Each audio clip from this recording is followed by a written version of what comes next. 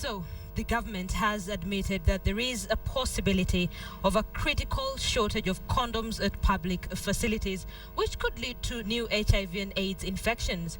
This year's budget did not provide for the procurement of condoms and other reproductive health programs, but the Cabinet Secretary for Health is seeking to assure Kenyans that the government has taken measures to avert the impending shortage. Take a look at this story by Catherine Omwantho.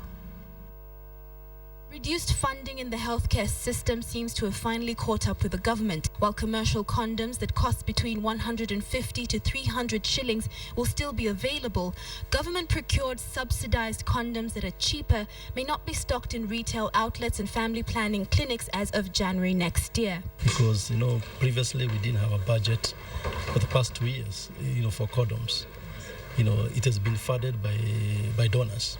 So there is an old couple somewhere in Texas who is paying for the family planning pills that we use in Kenya.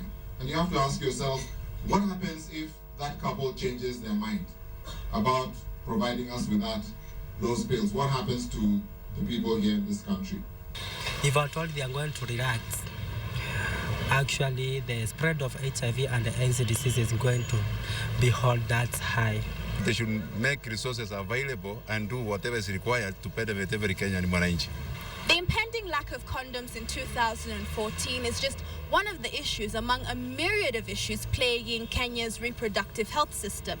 And it all boils down to funding, and health experts are now telling the government, "We told you so." As it stands, 30% of women in marriages do not have access to family planning methods. Men and women living below the poverty line are more at risk. If the poor still have high fertility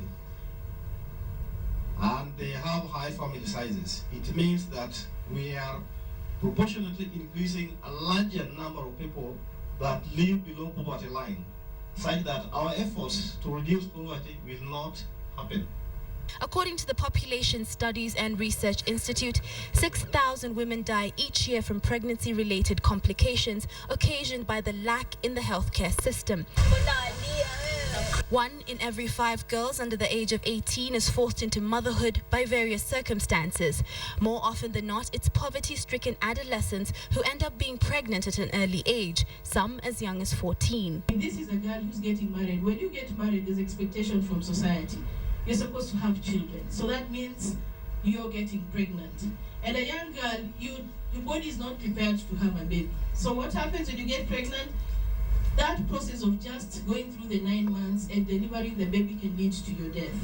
Experts have faulted the government for not treating the provision of contraceptives as a national issue and instead leaving reproductive health at the mercy of donor funding.